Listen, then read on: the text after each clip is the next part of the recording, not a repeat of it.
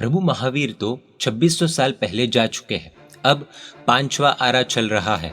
चारों तरफ लोग मूर्ख बनाने के लिए, लूटने के लिए तैयार बैठे हैं। ऐसे विकट समय में भोला भाला बनकर जिंदगी जिएंगे तो क्या ये मूर्खता नहीं होगी? प्रस्तुत है जेलर पुस्तक का एपिसोड 34। लगभग 40 वर्ष पहले की घटना। हुगली जिले के एक छोटे से गांव के एक व्यक्ति का पुत्र रामतनु कलकत्ता गया। नौकरी के साथ साथ अभ्यास करके एमए कर लिया। धीरे धीरे प्रगति करता हुआ हर महीने 200 रुपए की सैलरी के साथ एक सरकारी स्कूल का शिक्षक बना। उस जमाने में तो 200 रुपए सैलरी बहुत अधिक समझी जाती थी। उनका एवं उनकी पत्नी का भी स्वभाव बहुत ही अच्छा था। अभिमान तो जरा सा भी नहीं। किसी का बुरा करना तो दूर की बात, सोचा भी नहीं होगा। उल्टा सबका भला करने की ही भावना और प्रयास। इसीलिए पूरे गांव में आदर, प्रीति और प्रशंसा के पात्र बने हुए थे। लेकिन उनके एक पड़ोसी अधरचंद्र को उनकी प्रगति से एवं प्रतिष्ठा के कारण बहुत ज्यादा ईर्ष्या यानी कि जेलसी होती थी और बार बार वह रामतनु को बदनाम करने के लिए कुछ न कुछ खटपट करता ही रहता था। लेकिन जैसी दृष्टि वैसी सृष्टि। रामतनु की दृष्टि में तो मैत्री और करुणा की ही धारा प्रवाहित थी, अतः वे तो सबको मित्र ही समझते थे। अधरचंद्र दुश्मन जैसा व्यवहार कर सकता है, ऐसा तो उन्होंने सपने में भी नहीं सोचा था। एक दिन अधरचंद्र ने एक कुटिल योजना बनाई। उसने 2-3 गुंडों को तैयार किया, बाहर से एक दुष्ट स्त्री को बुलाया। यह स्त्री चिल्ला चिल्ला कर शोर मचाएगी और रामतनु पर झूठा इल्जाम लगाएगी और फिर उसे बचाने के बहाने गुंडे उन पर टूट पड़ेंगे। ऐसी उसकी योजना थी।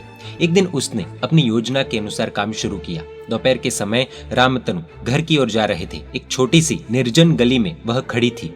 जैसे ही रामतनु वहां से निकले कि उस स्त्री ने चिल्लाना शुरू किया कि हरामखोर, छोड़ छोड़ मुझे, एक ब्राह्मण शिक्षक होकर ऐसी बदमाशी कर रहा है, मेरी लाज लूटना चाहता है, कोई बचाओ, मुझे कोई बचाओ। ऐसा बोलती हुई वह एक कदम उनके निकट आ गई। अपने वस्त्र भी उसने अस्त व्यस्त कर डाले।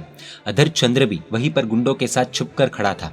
वह भी बाहर आकर शोर मचाने लगा। अपशब्द बोलते हुए उसने रामतनु को पीटना शुरू किया। गुंडे भी उन पर टूट पड़े। रामतनु तो बेचारे भारी आघात के साथ स्तब्ध हो गए। वह कुछ भी समझ नहीं पा रहे थे कि ये सब क्या हो रहा है।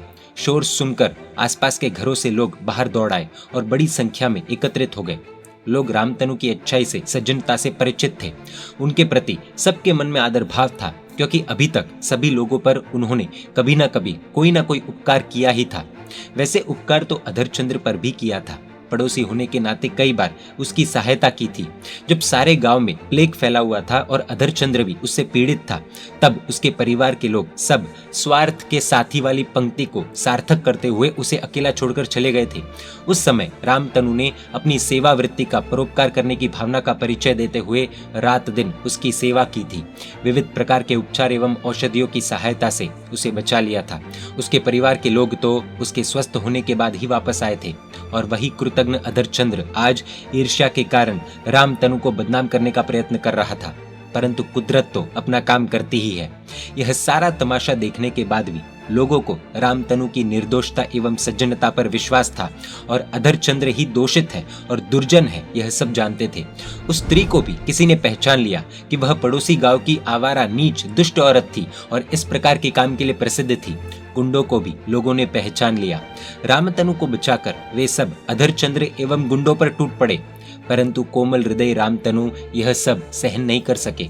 दोनों हाथ जोड़कर उन्होंने लोगों से विनती की, खुद बीच में पड़े और कठिनाई से उन सबको बचाया। वह आवारा औरत तो पहचानी गई तो तुरंत वहां से भाग गई। फिर भी ये सब देखकर 2 आदमी दूर के गांव में खबर देने के लिए दौड़ पड़े, जहां पर पुलिस चौकी थी। सारी बात सुनकर पुलिस ने पूरी जांच की और अधरचंद्र और गुंडों को पकड़ लिया। सब लोग साक्षी देने के लिए तैयार थे। उस स्त्री को भी पुलिस भेजकर बुलवा लिया। उसने तो आते ही अपना अपराध मान लिया और कह दिया कि अधरचंद्र ने 15 रुपए देकर उसके पास वह काम करवाया था, परंतु ये सब गुंडे आकर रामतनु को मारेंगे, इस बात की उसको कल्पना भी नहीं थी। अधरचंद्र की तो स्थिति ऐसी लज्जास्पद हो गई कि क्या करे ये समझ में नहीं आ रहा था। आंखों से आंसू बहने लगे। उसकी स्थिति देखकर रामतनु को भी बहुत दुख हुआ। उन्होंने पुलिस से विनती की कि वे अधरचंद्र को छोड़ दे। पुलिस अधिकारी ने उनका मान रखने के लिए उनके प्रति आदर तो प्रदर्शित किया, परंतु सख्त शब्दों में यह भी कहा कि आप हमारे काम में दखल न दें। हमने इन सबको रंगे हाथों पकड़ लिया है। उन्हें सजा करने के लिए हमारे पास पर्याप्त सबूत है, साक्षी है, इसीलिए आप इस विषय में कुछ भी मत बोले। जब रामतनु ने खूब विनंती की तब वे बोले, हमने हुगली से आपकी चोट और मार के रिपोर्ट तैयार करवाने हेतु डॉक्टर को बुलाया है और आप इन्हें मुक्त कराना चाहते हैं। पुलिस ने आदर पूर्वक रामतनु को घर पहुंचाया, साथ एक पुलिस अफसर को भी भेजा जो डॉक्टर के आने पर उनका रिपोर्ट लेकर थाने आए। इस ओर गांव के कई लोग रामतनु के घर पर एकत्रित हो गए। अपराधियों को दंड मिलना ही चाहिए, यही सब चाहते थे, परंतु रामतनु की इच्छा कुछ अलग ही थी। अधरचंद्र को बचाने की उनकी प्रबल इच्छा थी। उन्होंने लोगों से कहा कि प्रत्येक मनुष्य अपनी प्रकृति के अनुसार काम करता है, पर मुझे जो चोट लगी है वह तो मेरे ही किसी पूर्वकृत कर्म का फल है। मेरा कोई दुष्कर्म न होता तो अधरचंद्र की क्या ताकत है कि मेरा बाल भी बांका कर सके। अर्थात यह तो मेरे पूर्व में किए गए मेरे द्वारा कोई कर्म है, उसका ही फल मुझे मिला है। अधरचंद्र तो केवल एक निमित्त है, परंतु इस कारण से वह और उसका परिवार कितनी झंझटों में फंस गए हैं। इसलिए वे तो दया और क्षमा के पात्र है। अतः मैं आप सभी को विनंती करता हूँ कि हम सब पुलिस से प्रार्थना करें कि वह इस केस में आगे न बढ़े, और अगर वे हमारी विनंती को स्वीकार न करे तो हम सब ऐसी व्यवस्था करें कि अधरचंद्र के विरुद्ध कोई साक्षी न दे। मैंने अब तक मेरा निवेदन दिया नहीं है और मैं कह दूंगा कि गिर जाने के कारण मुझे चोट लगी है। लोग तो ये सब सुनकर स्तब्ध हो गए। कोई मन ही मन रामतनु की प्रशंसा कर रहा था तो कोई उनकी टीका भी कर रहा था कि इस प्रकार तो अपराधों को बढ़ावा ही मिलेगा। लेकिन रामतनु की आंखों से तो करुणा के आंसू बह रहे थे। गांव के लोगों में श्री हरिपद नामक एक वृद्ध सज्जन थे। उन्होंने रामतनु की प्रशंसा करके गांव के लोगों को उनकी बात समझाने का प्रयास किया। अब गांव के लोगों के दिल भी कुछ परिवर्तित हुए। थोड़ी देर में डॉक्टर भी आ गए। वे तो रामतनु की सज्जनता से परिचित थे। उनके प्रति डॉक्टर के मन में आदर था।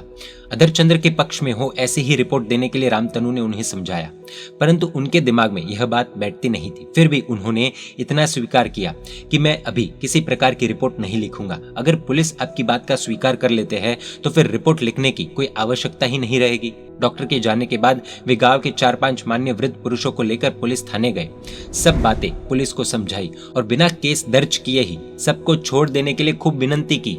पुलिस पर भी रामतनु की करुणा का सुंदर प्रभाव पड़ा। योगानुयोग उस दिन पुलिस के सर्कल इंस्पेक्टर भी वहां आए हुए थे। उन पर भी रामतनु के ऐसे विलक्षण व्यवहार का प्रभाव पड़ा। थानेदार ने उनके साथ विचार विमर्श किया। अधरचंद्र और उसके साथियों ने ये सब बातें सुनी और उनके अंतःकरण में भी सच्चे अर्थ में पश्चाताप जाग उठा। उनका अंतःकरण पश्चाताप की आग में निर्मल बनता जा रहा था। इस समय पुलिस इंस्पेक्टर ने उन सज्जनों से कहा कि आप रंगे हाथों पकड़े गए अपराधियों को बचाकर अपराधों को बढ़ाने में निमित्त बन रहे हैं। ऐसे अपराधी अगर उन्हें थोड़ी सी भी सजा न हुई तो अधिक अपराध करेंगे। ये तो समाज के लिए भयप्रद है। रामतनु के हृदय में करुणा बह रही है। वे शायद यह बात समझ नहीं सकेंगे, परंतु आप सब लोग ऐसी बात में उनका साथ क्यों दे रहे हैं। अब श्री हरिपद तथा रामतनु ने पुलिस इंस्पेक्टर को यह समझाने का प्रयास किया कि अपराध को प्रेम और सहानुभूति के द्वारा ही कम किया जा सकता है, दंड के द्वारा नहीं। दुख के समय में निस्वार्थ सेवा के द्वारा ही अपराधी का हृदय परिवर्तन संभव है। और हम सब ने यह निर्णय लिया है कि अधरचंद्र और उसके साथियों के विरुद्ध किसी के द्वारा साक्षी न दी जाए। तो फिर आप क्या कर सकेंगे। प्रथम से ही प्रभावित पुलिस इंस्पेक्टर पर इन सब बातों का विशेष प्रभाव पड़ा। फिर भी उन्होंने थोड़ी सख्ती बताते हुए कहा कि मुझे आप सबके प्रति बहुत आदर है। आपकी क्षमा और उदारता की मैं कद्र करता हूँ, परंतु अपराधी को इस प्रकार छोड़कर हमारा फर्ज हम चूक नहीं सकते। इसमें क्या किया जा सकता है, इस विषय में हमें सोचना पड़ेगा। आप अगर अभी उन्हें छुड़ाना चाहते हैं तो आप लोगों में से किसी को उनका जामीन बनना पड़ेगा। पुलिस इंस्पेक्टर की बात पूरी होने के पूर्व ही रामतनु बोल उठे कि सर, आप जो भी कहेंगे वैसे रूप में जामीन बॉन्ड देने के लिए मैं तैयार हूँ। उनके यह शब्द सुनकर तो थानेदार और इंस्पेक्टर दोनों के दिल पसीज गए। वे भी तो मनुष्य ही थे। उन्होंने अधरचंद्र से कहा कि ये सब तुम सुन रहे हो ना, अब तुम्हें क्या कहना है। अधरचंद्र की आंखों से तो आंसू की धारा ही बह रही थी। रोते हुए कांपती आवाज में उसने कहा कि नामदार, मैं तो शैतान हूँ और वे देवों के भी पूजनीय संत हैं, फिर भी मैं छूटना नहीं चाहता। मुझे तो आप आजीवन काला पानी की सजा दे तो वो भी कम है। मेरा अपराध अत्यंत भयंकर है। आप कोर्ट में केस दाखिल कर दीजिए, मैं स्वयं अपना अपराध कबूल कर लूंगा। पुलिस इंस्पेक्टर के कहने पर थानेदार ने सबको छोड़ दिया। केस के कागजात सभी फाड़ डाले। सब प्रसन्नता पूर्वक वहां से चले गए। पुलिस इंस्पेक्टर और थानेदार दोनों ने रामतनु के चरण स्पर्श किए। पूज्य श्री कहते हैं कि इसी को कहते हैं कि क्रोध के उपादान को ही दूर कर दिया, आत्मा को पानी का टैंकर बना दिया। अब कोई इसमें चिंगारी डाले नहीं, ऐसी चिंता की कोई बात ही नहीं रहती। पेट्रोल के टैंकर को चिंगारी का डर होता है, पानी के टैंकर को किस बात का डर? वह तो चिंगारी को भी बुझा देगा। चंड कौशिक ने तो प्रभु की ओर मात्र चिंगारी नहीं, आग की प्रखर ज्वाला ही फेंकी थी। फिर भी न विस्फोट हुआ, न ज्वालाएं उठी, और स्वयं चंड कौशिक ही ऐसा ठंडा पड़ गया कि क्षमा मूर्ति बन गया। पूज्य श्री कहते हैं कि आवश्यकता है पेट्रोल के टैंकर को पानी के टैंकर में रूपांतरित करने की। पेट्रोल ही न रहा, ईंधन ही न रहा, तो फिर आग की संभावना ही कहा।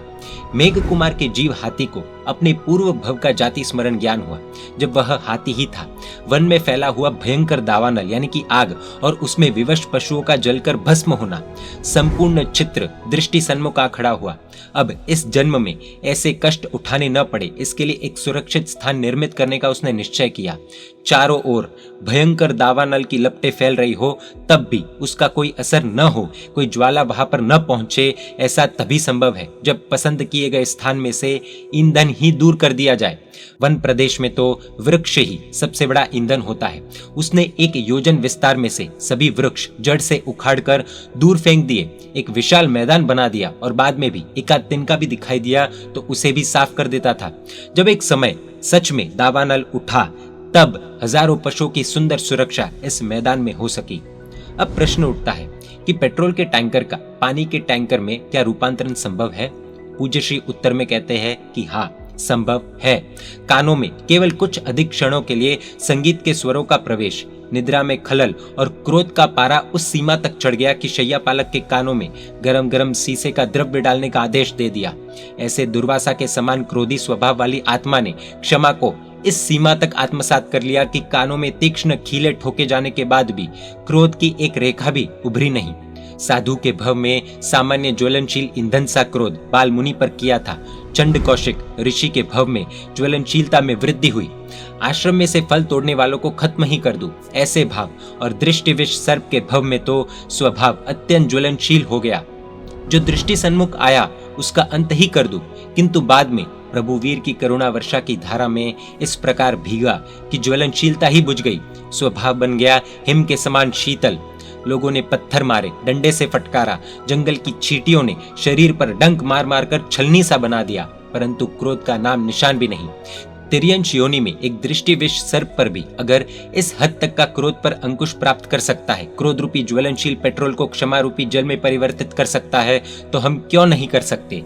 प्रश्न उठता है कि कहना बहुत आसान है, करना बहुत मुश्किल। ये कार्य किस प्रकार किया जा सकता है, ये हम एपिसोड 35 में देखेंगे। Jailer book is now available in 6 languages: English, Hindi, Kannada, Tamil, Marathi, Gujarati. इस life changing motivational inspirational jailer book को hridayodgar.com वेबसाइट से प्राप्त कर सकते हैं। www.hrudayodgar.com। फीडबैक के लिए या अधिक जानकारी के लिए इस ईमेल पर अथवा इस कॉन्टैक्ट नंबर पर भी संपर्क कर सकते हैं। जैन मीडिया पर ऐसे वीडियोस आते रहेंगे। देखने के लिए आपको Jain media YouTube channel subscribe कर नोटिफिकेशंस के लिए बेल आइकन प्रेस करना होगा। आप हमें फेसबुक और इंस्टाग्राम पर भी फॉलो कर सकते हैं। परमात्मा के आज्ञा विरुद्ध कुछ भी कहा हो तो मिच्छामि दुक्कडम। जय जिन शासन, जय महावीर।